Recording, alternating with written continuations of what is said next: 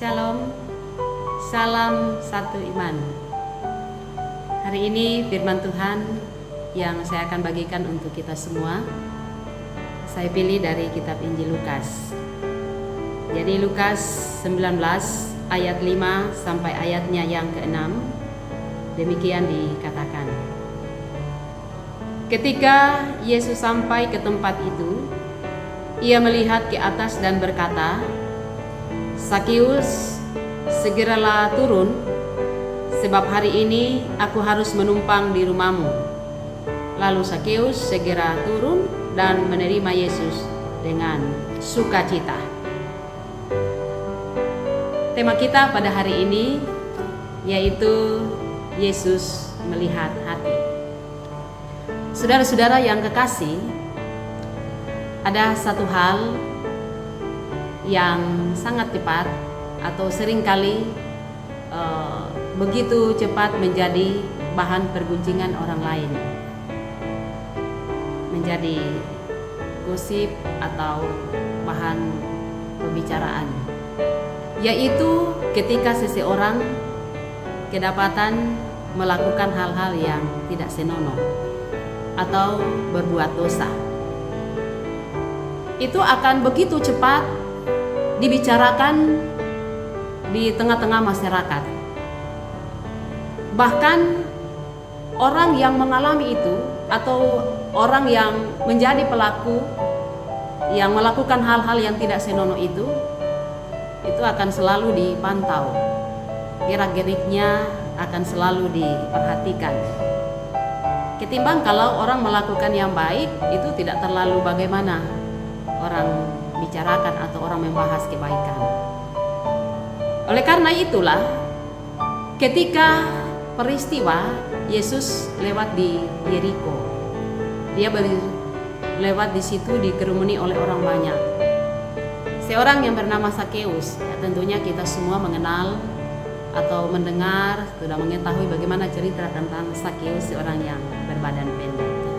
Nah, ketika ia lewat di situ, Sakeus ini dia adalah seorang yang dianggap selalu melakukan kejahatan. Dia juga melakukan dosa, melakukan kesalahan, sehingga ia tidak terlalu nyaman dalam hubungannya di tengah-tengah masyarakat.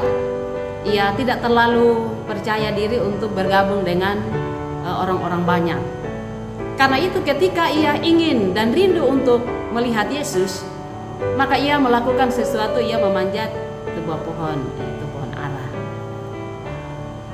Dan ketika Yesus melihat dan mengetahui bahwa Sakeus ada di atas pohon itu, maka luar biasa respon dari Yesus. Ia mengatakan, "Sakeus, turunlah, karena hari ini aku akan menumpang di rumahmu." Nah, tentunya ini menimbulkan reaksi dari para pengikut Tuhan dan juga orang-orang Yahudi yang ada pada waktu itu. Mereka bersungut-sungut, Tuhan Yesus ini kok mau mengunjungi orang yang berdosa, orang yang banyak dosanya. Itu sebenarnya ya Yesus tidak perlu datang ke rumahnya. Tetapi di sini justru Yesus memilih Sakeus. Dia datang, Bapak Ibu.